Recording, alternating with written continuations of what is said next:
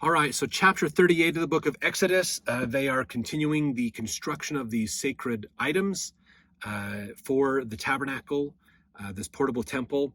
Bezalel is still working on these things. So now in chapter 38, he is tasked with building the altar of burnt offerings. It's going to be outside in the tabernacle of the congregation.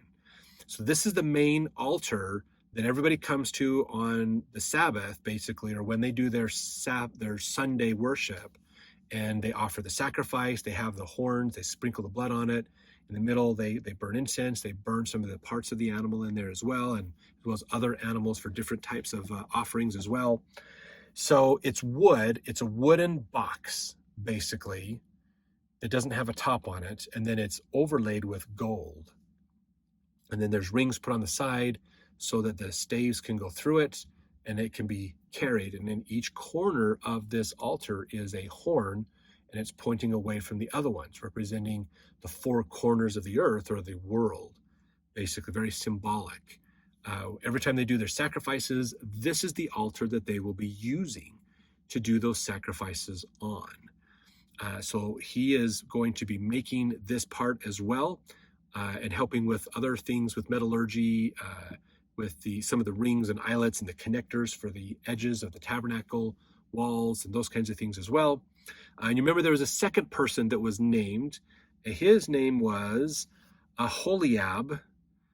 He is another craftsman. He does like embroidery type things.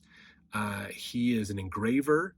So he's not so much the carpenter building the structures, but he's doing the fine artwork and the fine design work on them, as well as putting the embroidery stuff on the tabernacle cloths for the walls of the tabernacle, for the veil in the temple, for all those kinds of things. And he's probably been helping to create the clothing for the holy priesthood, the clothing that Aaron and his sons will wear when they're officiating at the temple. So he puts all of this together and probably is helping with the setting up the breastplate, the Urim and Thummim, the ephod around the shoulders and things, the little bows that pop up where you put the Urim and Thummim devices, the seer stones in for translating and seeing stuff and asking for questions. So these two men, Bezalel and Aholiab, they are the two that are mentioned most of putting this together, but there's lots of other members of children of Israel to help in building all of these sacred items so that they can worship and they can fulfill the commandments of God. In fact, in the end of this chapter here, offerings are made for over 603,000 men. Because remember, they have to present themselves 3 times a year, and they have to do an offering for them as well.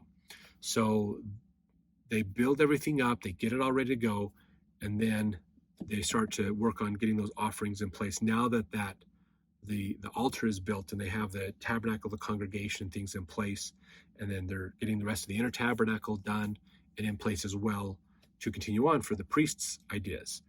So that's chapter 38 in a nutshell. Again, if you want to read the whole chapter, go for it. It's got a ton of technical information about how they built this. So we're not getting into reading it a whole lot. I just want to do a summary to just review. Here's what some of the things are that they were building and how they were used to help make sure we all understand what are these things, because they're going to be talked about for the next several books. Like most of the rest of the Old Testament, we're going to hear about them.